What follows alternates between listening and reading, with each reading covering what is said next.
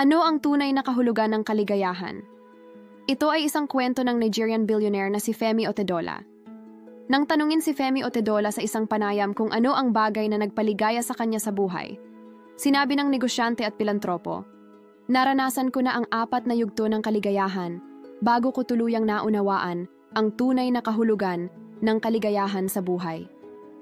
Ang unang yugto ay upang makaipon, bumuo ng kayamanan, makakuha ng mga ari-arian, at maging lubhang maimpluwensya.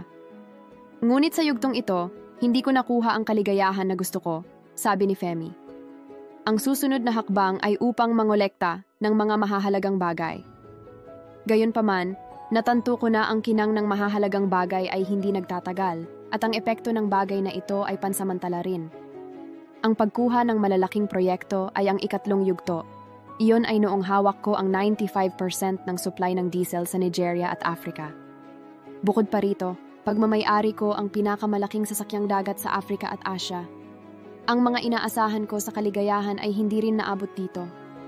Pagkatapos ay isiniwalat ni Femi ang ika-4 na yugto na nagdulot sa kanya ng tunay na kaligayahan.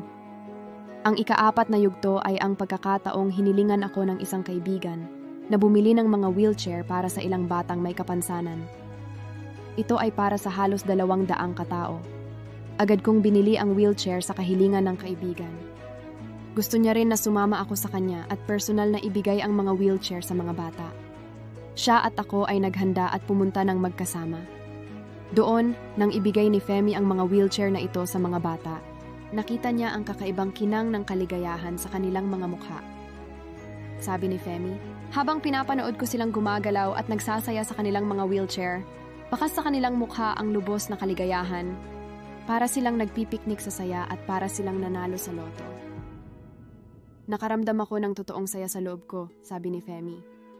Nang magpasya siyang umalis, ay hinawakan ng isa sa mga bata ang kanyang mga binti.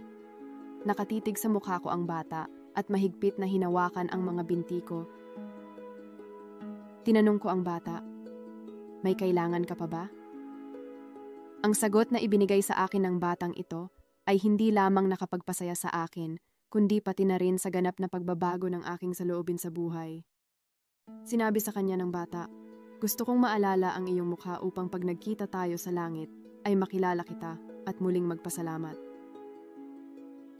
Makakamit lang natin ang tunay na kaligayahan kung ating pagpapalain ang ating kapwa sa mga natatanggap nating biyaya mula sa Panginoon.